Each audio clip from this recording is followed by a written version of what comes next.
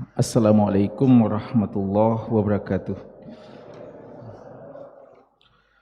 Alhamdulillah, alhamdulillahi ala ihsanih wa syukru lahu ala taufiqihi wa amtinanih.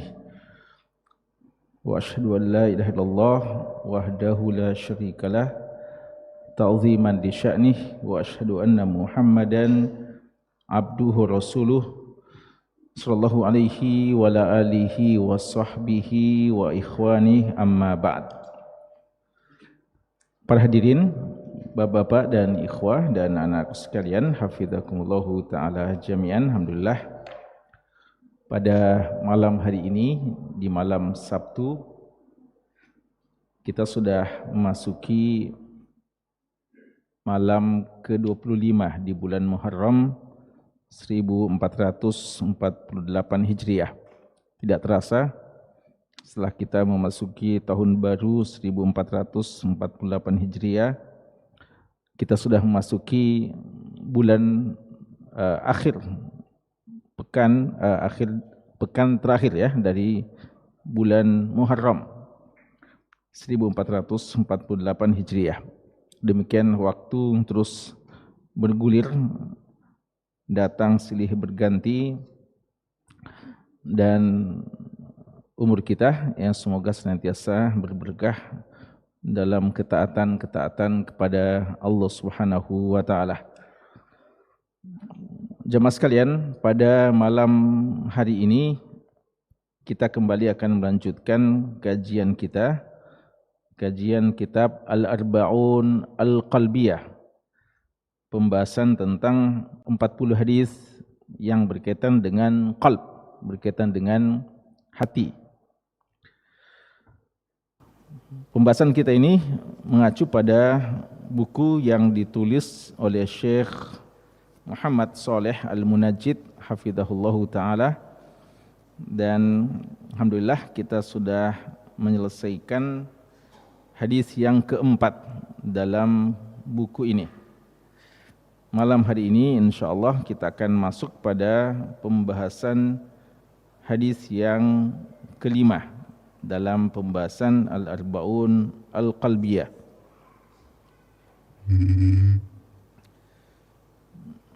Hadisnya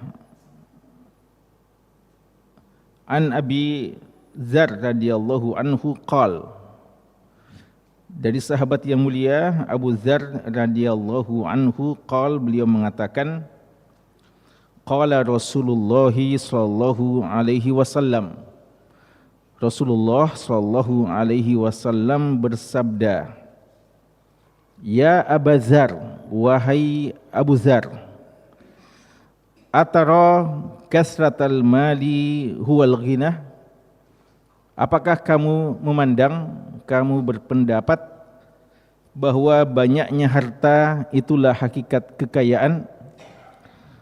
Qultu na'am, kata Abu Dzar, iya. Qultu na'am ya Rasulullah, kata Abu Dzar, benar wahai Rasulullah. Qal, kata Nabi sallallahu alaihi wasallam, fatara qillatal mali huwal faqr, apakah sebaliknya juga engkau memandang, engkau berpendapat bahwa sedikitnya harta adalah bentuk kefakiran? Kata Abu Dzar radhiyallahu anhu, qultu na'am ya Rasulullah. Abu Dzar dengan polosnya mengatakan, benar wahai Rasulullah. Qal, kata Nabi sallallahu alaihi wasallam, innamal ghina, pada hakikatnya sejatinya al-ghina, kekayaan itu, ghinal qalbi, kekayaan pada hati, al-qalb. Wal faqra, dan sebaliknya hakikat dari kefakiran adalah faqru al-qalbi, kefakiran pada hati, ya, kefakiran pada hati. Hadis kita ini yang dikutip oleh Syekh Muhammad Shalih Al-Munajjid hafizahullah, diriwayatkan oleh Imam Nasa'i dalam kitabnya As-Sunan Al-Kubra, dan juga Imam Ibn Hibban dalam kitab sahihnya dan Imam Hakim dalam Al-Mustadrak serta Imam Al-Baihaqi dalam Syu'abul Iman. Dan Syekh Al-Albani rahimahullah ta'ala menilai hadis ini adalah hadis yang sahih. Jemaah sekalian, hadis ini dicantumkan oleh Syekh dalam bukunya 40 hadis tentang hati. Karena dalam hadis ini ada kata-kata al-qalb. Ya, jadi tentu saja semua hadis-hadis yang beliau cantumkan ini ada kaitannya dengan al-qalb. Kadang hadis yang panjang dan di sebagian potongan hadisnya ada menyinggung masalah al-qalb. Dan kadang hadisnya pendek dan memang khusus membahas tentang al-qalb itu. Hadis ini sebenarnya memiliki dasar dalam kitab Bukhari dan Muslim.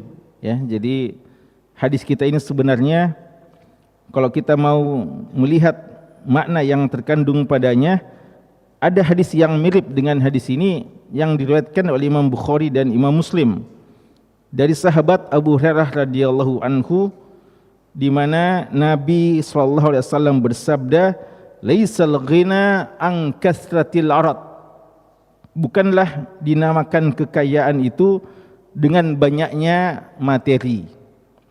Walakinnal ghina ghinan nafs. Akan tetapi yang dikatakan sebagai ghina, kekayaan itu adalah ghinan nafs, kekayaan jiwa.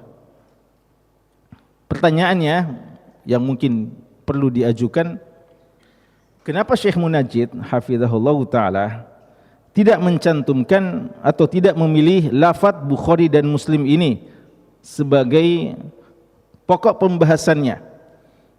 Padahal dari segi kesahihannya jelas lebih sahih. Hadis Abu Hurairah radhiyallahu anhu ini diriwayatkan Imam Bukhari dan Imam Muslim dalam kitab sahihnya.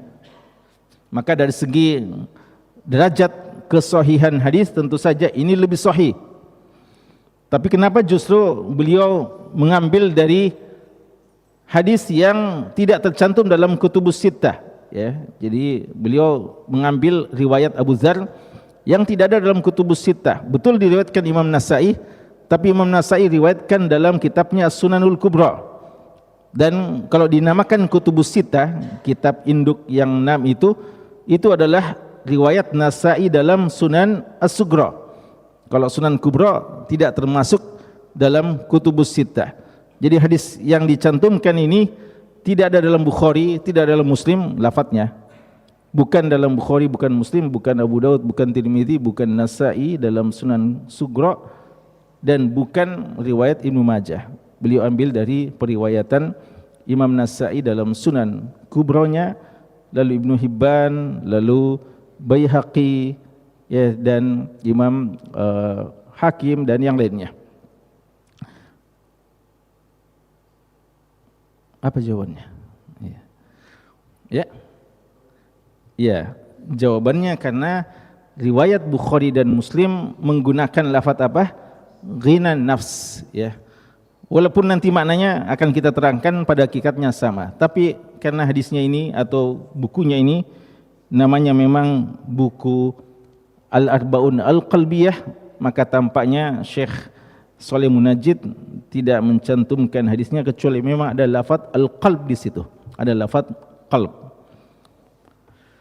Kita lihat beberapa pelajaran penting yang bisa kita ambil dari hadis kita ini, dan juga kita akan kutipkan nanti, kita akan bacakan beberapa kutipan-kutipan yang penting yang disebutkan oleh Syekh dalam bukunya ini. Hadis ini diriwayatkan oleh sahabat yang mulia Abu Dzar radhiyallahu anhu, di mana beliau menceritakan dialog yang terjadi antara beliau dengan Nabi sallallahu alaihi wasallam. Bahwa satu hari Nabi kita sallallahu alaihi wasallam bertanya kepada Abu Dzar, dan ini salah satu metode pengajaran Nabi kita sallallahu alaihi wasallam. Beliau sering mau menguji tingkat pemahaman dan pengetahuan dari para sahabatnya, sehingga kadang beliau bertanya kepada sahabatnya sebelum menerangkan sesuatu. Beliau tanya Mu'adz bin Jabal, beliau tanya beberapa sahabat-sahabat tentang masalah-masalah yang ujung-ujungnya beliau mau terangkan dari apa yang beliau tanyakan itu. Di sini beliau tanya kepada Abu Dzar radhiyallahu anhu, "Wahai Abu Dzar, apakah kamu memandang banyaknya harta itu adalah kekayaan? Atara kasratal mali huwa al-ghina?" Ini pertanyaan yang memang difahami oleh kebanyakan manusia. Orang taunya yang dinamakan kaya adalah orang yang banyak hartanya. Ini pemahaman umumnya manusia, dan memang demikian adanya pada hakikatnya, ya. Dalam artian ini pandangan perspektif kebanyakan manusia tentang makna kekayaan. Dan ketika Abu Dzar radhiyallahu anhu ditanya, beliau juga mengatakan begitu sebagaimana yang diketahui oleh banyak manusia. Tapi syariat ini datang untuk meluruskan banyak pemikiran, banyak pemahaman, banyak peristilahan yang mungkin keliru di tengah-tengah manusia. Seperti makna jahiliyah umpamanya. Jahiliyah ini difahami oleh sebagian orang, jahiliyah itu adalah kejahilan, kebodohan, jauh dari peradaban yang modern, jauh dari kemajuan teknologi dan seterusnya. Padahal jahiliyah dalam Islam pada hakikatnya adalah segala sesuatu yang bertentangan dengan Islam dari segi pemikiran, dari segi penampilan, dari segi ibadah dan yang lainnya, walaupun mereka mengklaim sebagai orang yang paling maju teknologinya dan paling peradaban dalam persoalan pemikiran dan seterusnya. Tapi dalam Islam, jahiliyah adalah segala sesuatu yang bertentangan dengan Islam. Sebagaimana juga Islam atau Nabi kita SAW menjelaskan tentang makna muflis, ya, makna bangkrut. Bangkrut bukan orang yang tadinya kaya lalu pailit, dia akhirnya kehabisan hartanya. Bangkrut, al-muflis, bukan itu hakikatnya. Muflis orang yang banyak beramal di dunia lalu nanti di akhirat tidak bisa menikmati amal-amalnya karena dia ternyata di dunia selalu mendolimi orang lain. Jadi sebelum dia merasakan manfaat dari amal-amalnya, sebelum amalnya menjadikan berat timbangannya, dan sebelum amalnya menjadikan dia masuk surga, ternyata amalan-amalan itu mau diambil oleh orang-orang yang pernah dizoliminya, dan akhirnya habis sudah amal-amal solehnya karena waktu di dunia dia mendolimi orang lain. Inilah hakikat muflis.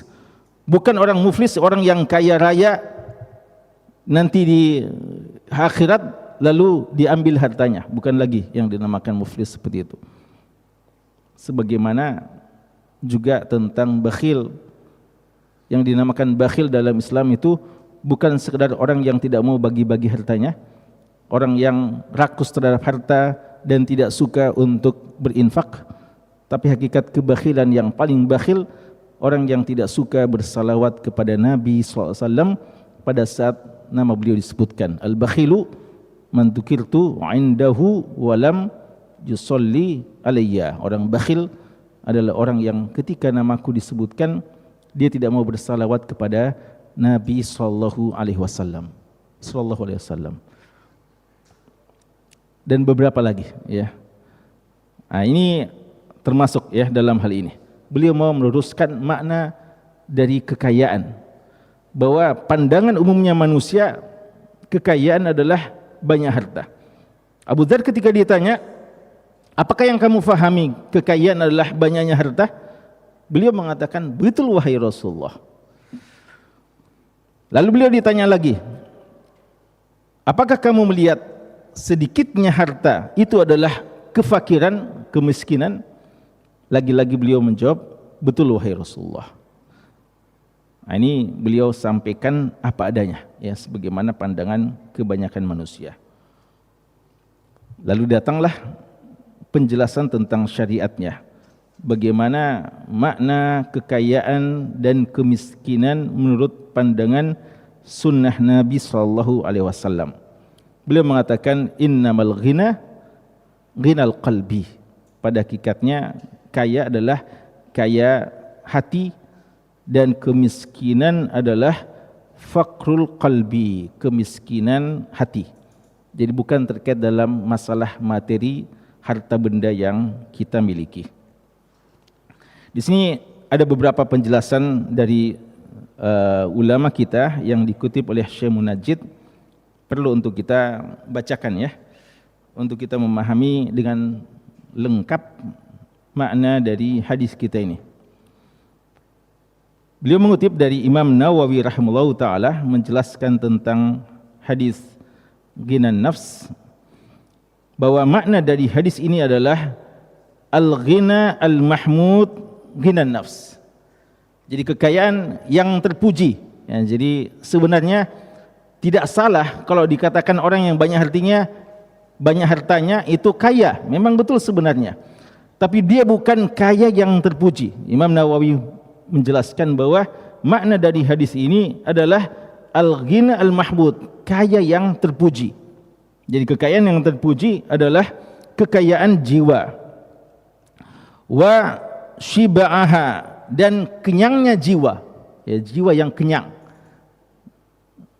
Jiwa yang merasa cukup. Ya, dalam hadis ada doa, Allahumma inni a'udzubika minan apa? Salah satunya adalah wa min nafsin la tashba'. Ya, salah satu doanya Rasulullah ada 4 yang beliau minta perlindungan, a'udzubika min qalbin la yakhsha, wa min nafsin la tashba', wa min ilmin la yanfa', wa min du'ain la yusma'. Ya, beliau mengatakan, ya Allah, aku berlindung kepadamu dari hati yang tidak khusyuk, dari ilmu yang tidak bermanfaat, wa min nafsin la tashba', dari jiwa yang tidak pernah kenyang-kenyang, tidak pernah puas dengan pemberian Allah dan nikmat yang Allah berikan, selalu merasa kurang pemberian Allah, tidak pernah syukur kepada Allah. Wa min qalbin wa min du'ain la yusma', dan dari doa yang tidak didengar oleh Allah. Ya, Rasulullah minta perlindungan dari keempat hal ini. Jadi Imam Nawawi mengatakan bahwa kaya yang terpuji adalah kaya jiwa dan merasa kenyang dengan pemberian Allah, puas dengan pemberian Allah. Wa qilla hirsiha, dan dia sedikit kerakusannya, tidak rakus terhadap harta benda. La kasratal mal ma'al hirs ala ziyadah.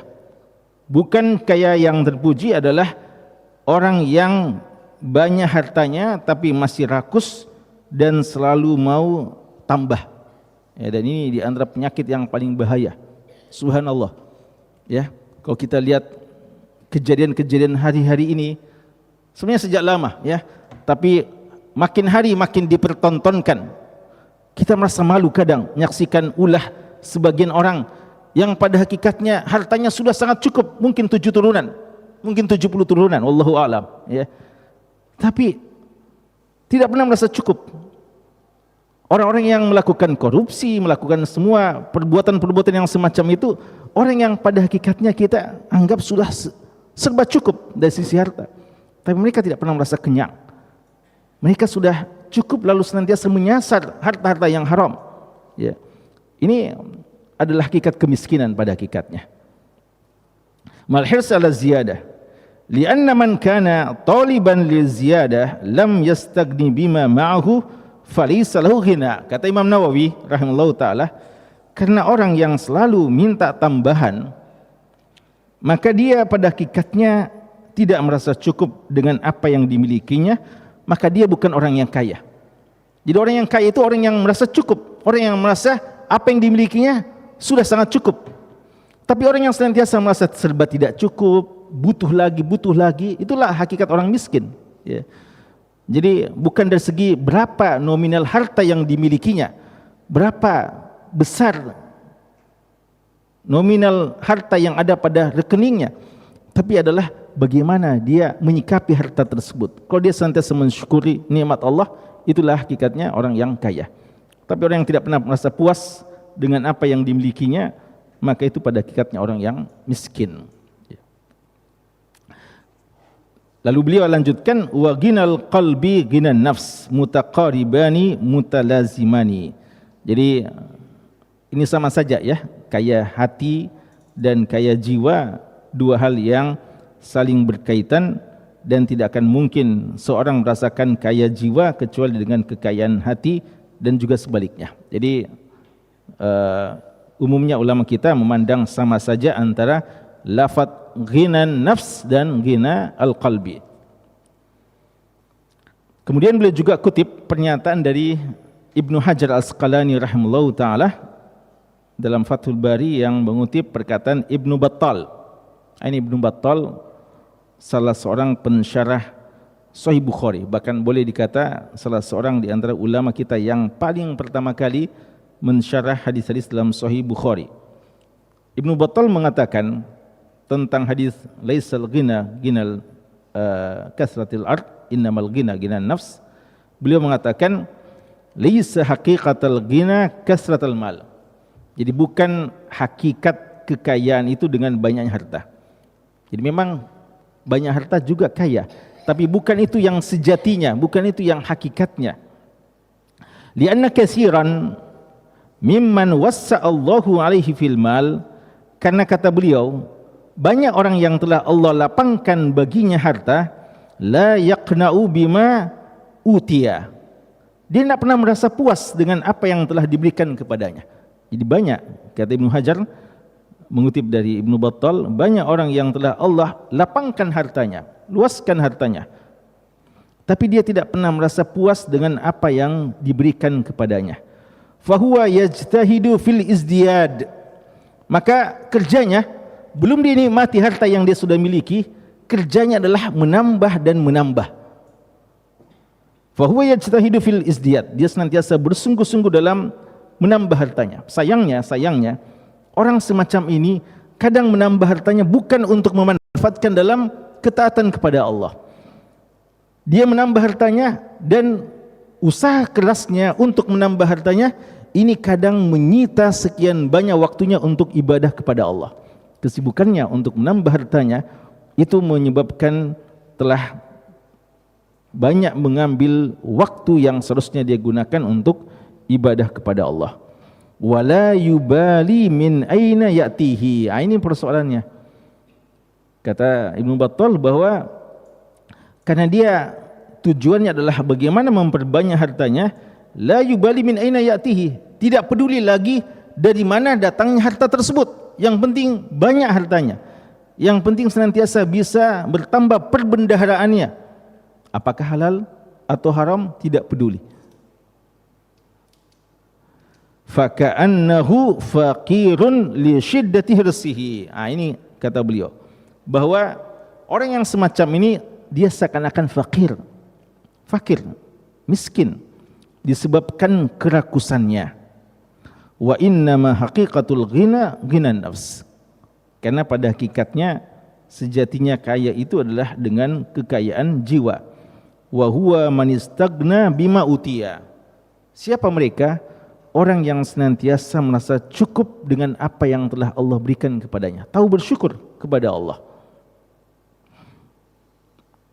Wa qani'a bihi, dan dia memiliki qanaah, dia memiliki qanaah terhadap apa yang telah diberikan kepadanya. Wa radhiya, dan dia ridha. Wa lam yahris alal izdiyad, dan dia tidak rakus untuk terus menambah dan terus menambah. Wala alaha fi talab faka'annahu ghani, dan dia tidak selalu mengulang-ulangi permintaan-permintaan. Ya, orang yang tidak pernah merasa cukup, walaupun sudah diberi, minta lagi, senantiasa minta tambahan. Itu orang yang memiliki jiwa miskin pada hakikatnya. Lalu beliau Syekh sebutkan walhasil anna al-muttasif bi ghinan nafs yakunu qani'an bima razzaqahu Allah. Maka orang yang pada hakikatnya kaya jiwa adalah mereka yang puas terhadap apa yang Allah rezekikan kepadanya, dan dia tidak minta tambahan tanpa ada kebutuhan yang mendesak, ya. Jadi dia tidak minta tambahan atau tidak rakus untuk selalu menambah tanpa ada hajat untuk itu. Wala yulihu fi talab, dan dia tidak senantiasa mengulang-ulangi untuk minta dan minta. Wala yulhifu fi su'al, ya, tidak selalu meminta-minta, mengemis. bal yarda bima qasamallahu lahu. Bahkan dia merasa cukup dengan apa yang Allah Subhanahu wa taala telah bagi-bagikan untuknya.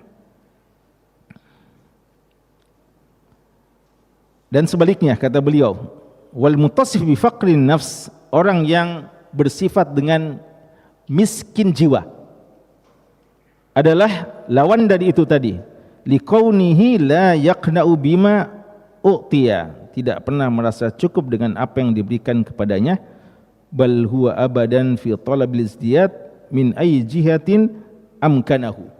Dia selalu minta tambahan dari arah mana saja yang mungkin baginya. Jadi dia keliling-keliling, habiskan waktunya untuk minta tambahan harta. Ketika ada peluang, maka dia berusaha untuk mendapatkannya walaupun peluang itu datang dari jalur yang haram. Ya. Jadi tidak peduli. Selama ada kesempatan nambah harta, maka dia tempuh itu. Parahnya, kebanyakan peluang-peluang itu kadang dari arah-arah yang syubhat atau bahkan jelas keharamannya, tapi dia tidak peduli karena sudah mentalnya adalah mental miskin, tidak pernah merasa cukup, maka dia terjang semuanya. Ya, dia ambil segala kesempatan-kesempatan untuk itu. Summa idza fatahu al-matlub hazina. Kemudian kalau ada peluang-peluang harta yang datang kepadanya lalu dia tidak manfaatkan, dia sedih. Biar harta itulah harta yang syubhat atau harta yang haram. Jadi selama ada peluang untuk memiliki harta yang luput baginya, dia sedih. Wa asifa fa ka'annahu faqirun minal mal, seakan-akan dia orang yang sangat miskin. Li'annahu lam yastagni bima utiya fa ka'annahu laysa bighina. Maka pada hakikatnya orang itu tidak dikatakan kaya karena memang tidak pernah merasa cukup.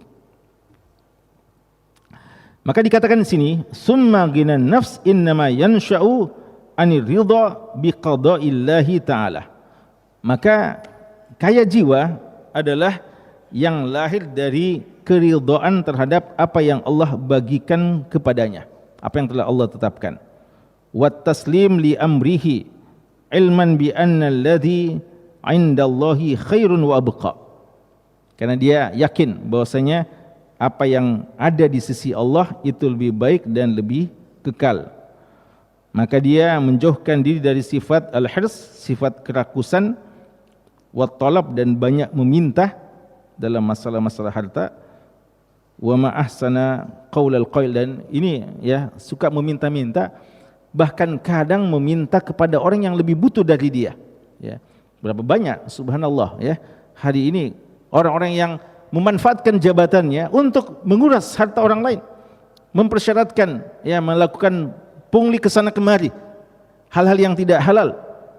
Orang yang susah dimanfaatkan kebutuhannya untuk diuruskan urusannya, tapi untuk diambil hartanya. Ini orang yang dimaksudkan dengan sini, orang yang mentalnya senantiasa merasa miskin dan memanfaatkan peluang-peluang, tidak peduli halal dan haramnya. Bahkan selalu meminta kepada orang yang mungkin justru lebih butuh ya untuk dibantu.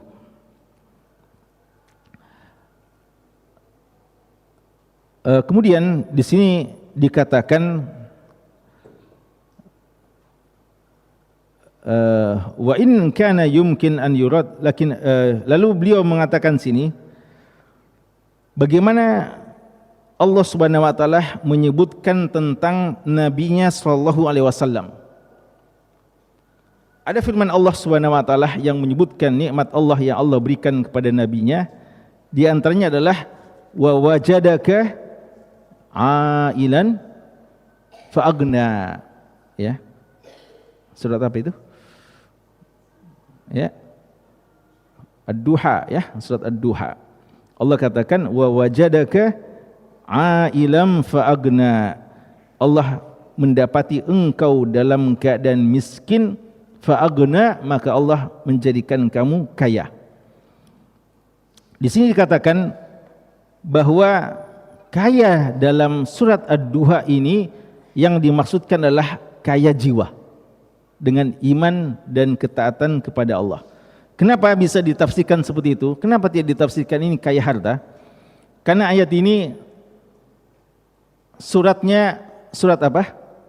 Makkiyah, surat Makkiyah. Dan semua tahu bagaimana bedanya kehidupan Makkiyah dan Madaniyah. Ya, Makkiyah kan sebelum hijrah, Madaniyah pasca hijrah. Dan Nabi kita sallallahu alaihi wasallam dalam kehidupannya di Mekah, kehidupan yang penuh dengan gangguan, cobaan, intimidasi, boikot, dan semua jenis ujian dan cobaan-cobaan lainnya. Beliau mengalami masa-masa yang sangat sulit di Mekah. Nanti setelah adanya jihad disyariatkan di Madinah, barulah datang ghanimah, fai dan yang lain-lainnya. Tapi di Mekah belum ada sama sekali. Tapi Allah sudah mengatakan kepada beliau, wa wajadaka 'ailan fa aghna. Kami mendapati engkau wahai Muhammad dalam keadaan miskin dan kami menjadikan kamu kaya. Kata ahli tafsir, yang dimaksudkan di sini adalah kaya jiwa. Ya, dengan keimanan yang Allah Subhanahu wa taala berikan kepadamu.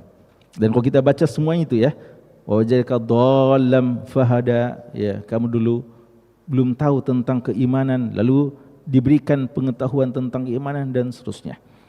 Jadi di sini di antara bukti ya bahwa hakikat kekayaan yang dimaksudkan dalam Quran dan Sunnah adalah kekayaan jiwa itu.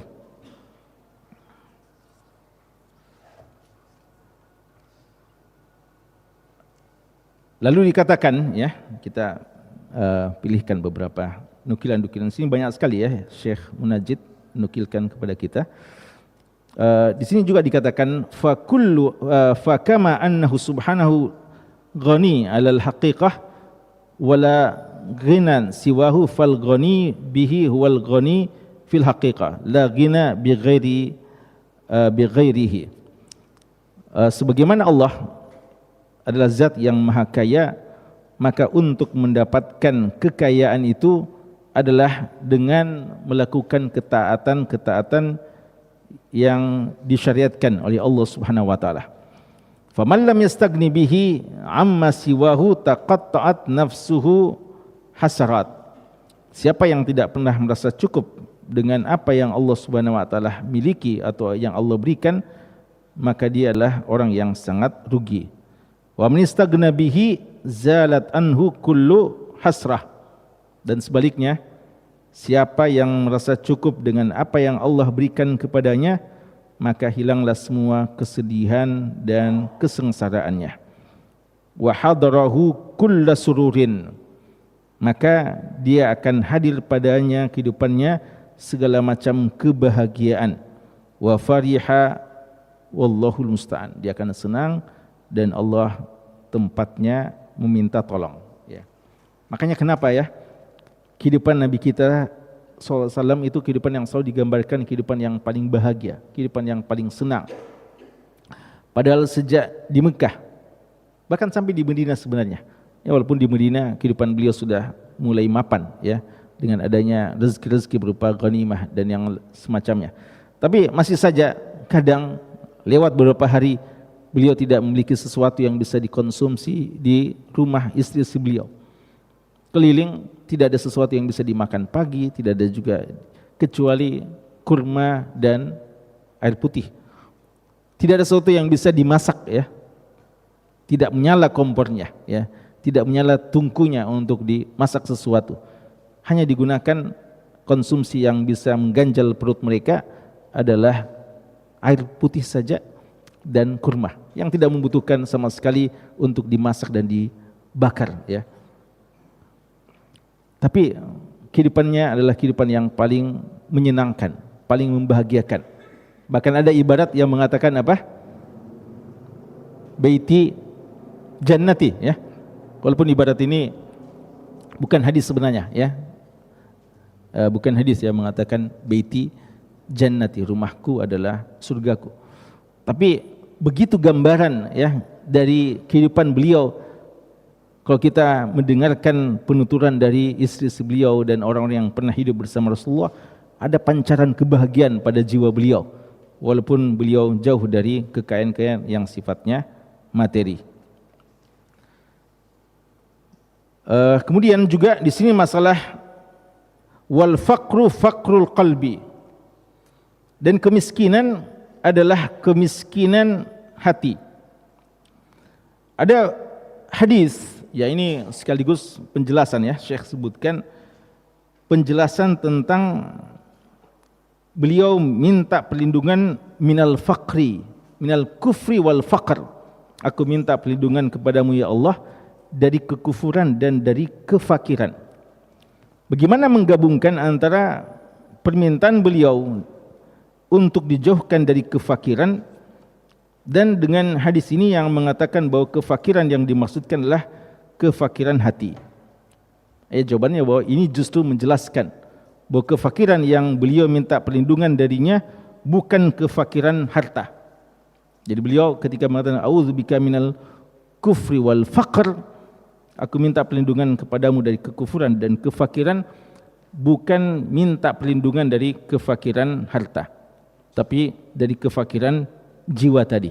Ya, orang yang tidak pernah merasa puas, tidak pernah merasa cukup dari pemberian Allah Subhanahu wa taala. Ibnu Abdul Bar mengatakan, alladzi ista'adza minhu huwa alladzi la yudraku ma'ahu al-qut wal kafaf wa la yastaqirru ma'ahu fi nafsi ghina. Yang beliau minta perlindungan darinya, ini penjelasan juga bagus dari Ibnu Abdul Bar tentang makna kefakiran ya. Yang beliau minta perlindungan adalah kefakiran yang kalau dari segi materi, kefakiran yang tidak ada sama sekali makanan pokok yang dimilikinya dan tidak mencukupi dari apa yang dibutuhkannya ya. Jadi beliau paling tidak ada sesuatu yang sudah bisa menjadi kehidupannya. Yang beliau minta perlindungan kalau memang tidak ada sama sekali yang bisa dikonsumsi. Itu dari segi harta. Lianal ghina indahu ghina nafs. Wa qad qala Allah azza wa jalla wa wajadaka 'ailan fa'ghna. Wa lam yakun ghinahu aktsar min iddikharihi qutus sanah li nafsihi. Kata beliau, kekayaan yang dimiliki oleh Nabi kita sallallahu alaihi wasallam itu kekayaan yang tidak lebih dari apa yang bisa beliau kumpulkan perbendaharaan selama 1 tahun. Jadi kekayaan beliau itu bukan kekayaan yang bisa cukup untuk 1 tahun ya. Kan biasa orang ya, apalagi kalau seorang raja, pemimpin ya seperti beliau, mungkin hartanya ini sudah diprediksikan sudah cukup untuk kebutuhan 1 tahun ke depan. Bahkan seperti tadi ya, bukan cuma dia, mungkin juga untuk keluarganya dan seterusnya. Beliau tidak sempat memikirkan yang sampai di situ. Tapi bahkan beliau merasa orang-orang yang sudah diberikan kekayaan itu ketika dalam setiap harinya sudah ada yang cukup untuk kebutuhan pokoknya ya. Kanal ghina mahalluhu fi qalbihi thiqa bi rabbih, yaitu kepercayaannya kepada Allah Subhanahu wa taala. Wa kana yasta'idzu min faqri mumbi wa ghina mudghi. Beliau minta perlindungan dari kemiskinan yang munsi ya, yang membuat lupa kepada Allah. Ini juga ya, karena ada juga orang dengan kemiskinannya dia lupa kepada Allah. Ada sebuah hadis bahkan walaupun lemah hadisnya, kadal faqru ayakuna kufra, yang ada hadis ya, tapi ini hadis lemah. Kadal faqru ayakuna kufran, kadang kefakiran menjadi penyebab kekufuran. Walaupun ini kadang juga sesuai dengan realita bagi sebagian orang yang tidak memiliki kekayaan jiwa ya. Kadang kemiskinan materi ini dimanfaatkan oleh musuh-musuh untuk membuat sebagian umat Islam kufur dan murtad. Makanya program-program misionaris dan yang semacamnya, mereka itu menyasar kaum muslimin yang lemah ekonomi. Tapi sebenarnya bukan lemah ekonomi, tapi intinya lemah iman sebelum lemah ekonomi. Adapun kalau kuat iman, kelemahan ekonomi itu tidak akan menjadikan dia mau merubah agamanya. Tapi kapan sudah terkumpul pada seseorang lemah ekonomi dan juga lemah iman, maka ini menjadi korban-korban gerakan-gerakan misionaris, orang-orang yang mau murtadkan kaum muslimin dari agamanya. Atau ada orang yang karena miskinnya, dia sampai lupa kepada Allah, merasa perlu untuk cari terus kehidupannya, cari kebutuhannya sampai dia lupa kepada Allah. Ini orang yang subhanallah, orang yang sudah miskin di dunia, miskin lagi di akhirat. Ini yang Rasulullah minta perlindungan dari yang semacam itu. Jadi kefakiran yang membuat lupa kepada Allah, atau ghinan yang mutghi, atau kekayaan yang membuat sombong, merasa serba cukup dan lupa akan hak-hak Allah Subhanahu wa taala.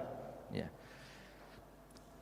Di sini ya sebagai penutup pernyataan Ibnu Qayyim rahimahullah taala, beliau kutip pernyataan Ibnu Qayyim, akmalul khalqi, manusia yang paling sempurna adalah akmaluhum ubudiyah, orang yang paling sempurna ibadahnya kepada Allah, wa a'zamuhum syuhudan li faqrihi, dan orang yang paling sadar akan kefakirannya.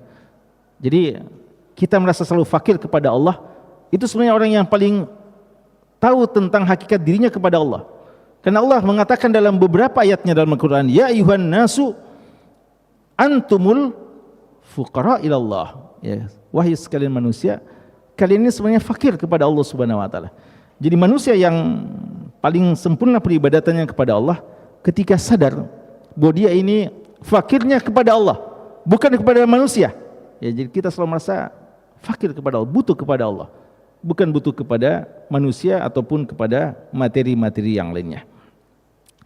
Wa daruratihi wa hajati ila rabbi, dan senantiasa hajatnya kepada Allah Subhanahu wa taala. Wa ada mustighnaihi anhu tarfatain, dan tidak pernah merasa cukup dari Allah Subhanahu wa taala. Beliau kutip hadis yang juga menjadi bagian dari zikir pagi dan petang kita, ya, walaupun sebagian ulama melemahkan, tapi kebanyakan menyebutkannya dan maknanya bagus, yaitu ya hayyu ya qayyum bi rahmatika astaghits, wahai yang maha hidup dan maha berkuasa atas segala sesuatu, yang berdiri sendiri dengan kekuasaannya, bi rahmatika astaghits, dengan rahmatmu saya minta pertolongan, aslih li sya'ni kullah, perbaikilah seluruh urusanku, wala takilni ila nafsi tarfata'in, dan ya Allah jangan sampai engkau serahkan urusanku sekejap pada diriku sendiri, walaupun sekejap mata. Artinya walaupun dalam waktu yang sangat singkat, kita selalu merasa butuh kepada Allah Subhanahu wa taala. Inti dari pembahasan ini yang beliau jelaskan, ya, dengan kutipan beberapa pernyataan-pernyataan ulama kita, bahwa kekayaan seorang muslim yang paling hakiki adalah ketika dia merasa cukup dan syukur dengan apa yang Allah Subhanahu wa taala berikan kepadanya, lalu dengannya dia senantiasa merasa butuh kepada Allah Subhanahu wa taala. Bukan berarti dia tidak pernah meminta kepada Allah, tapi ketergantungannya kepada Allah, bukan kepada manusia. Berbeda dengan orang yang selalu merasa tidak cukup, orang semacam itu kerakusannya kepada harta orang lain menyebabkan dia senantiasa tergantung pada orang lain, ya. Ini persoalan intinya sebenarnya, ketergantungan kepada orang lain sehingga meninggalkan hak-hak Allah, dan kerakusan terhadap harta orang lain menyebabkan dia mengambil harta orang lain tidak dengan jalan yang benar, lalu lupa akan hak-hak Allah Subhanahu wa taala. Adapun seseorang yang senantiasa mengembalikan segala sesuatu kepada Allah dan tawakalnya kepada Allah, maka orang yang semacam ini ketika sudah memiliki kaya jiwa, boleh jadi Allah Subhanahu wa taala justru menganugerahkan kepadanya kekayaan harta dan materi juga, yang pada posisi yang semacam itu dia tidak menolaknya, ya, dia tidak menolaknya, tapi dia sadar dan tahu bahwa ini bukan hakikat kekayaan. Maka ketika dia memiliki kekayaan yang sifatnya material, maka dia manfaatkan, salurkan sesuai dengan yang Allah Subhanahu wa taala inginkan kepadanya. Dan dia merasa syukur kepada Allah dan cukup dengan apa yang Allah Subhanahu wa taala berikan, sehingga dia tidak pernah mengambil harta-harta yang diharamkan. Ya, salah satu di antara doa yang paling penting untuk diulang-ulangi dalam persoalan ini dan perlu diingatkan kepada umat masalah ini adalah Allahumma kfini bihalalika an haramik. Ya Allah, cukupkanlah aku dengan apa yang engkau halalkan dari apa yang engkau haramkan. Ya. Jadi kita boleh saja banyak, yang penting halal. Dan walaupun sedikit tambahan, tapi kalau haram kita mengatakan tidak sama sekali. Jadi kita tidak menolak rezeki dari Allah kecuali ya jika dia datang dari jalur-jalur yang diharamkannya. Semoga ya Allah Subhanahu wa taala menjadikan kita hamba-hamba yang senantiasa memiliki kekayaan jiwa lebih daripada kekayaan materi yang kita miliki, dan semoga Allah Subhanahu wa taala menganugerahkan kepada kita kekayaan-kekayaan harta yang jelas kehalalannya dan tidak ada syubhat padanya, apalagi hal-hal yang diharamkan. Wallahu taala alam, sallallahu ala nabiyina Muhammad wa ala alihi wasahbihi wasallam, wa akhiru da'wana alhamdulillahi rabbil alamin.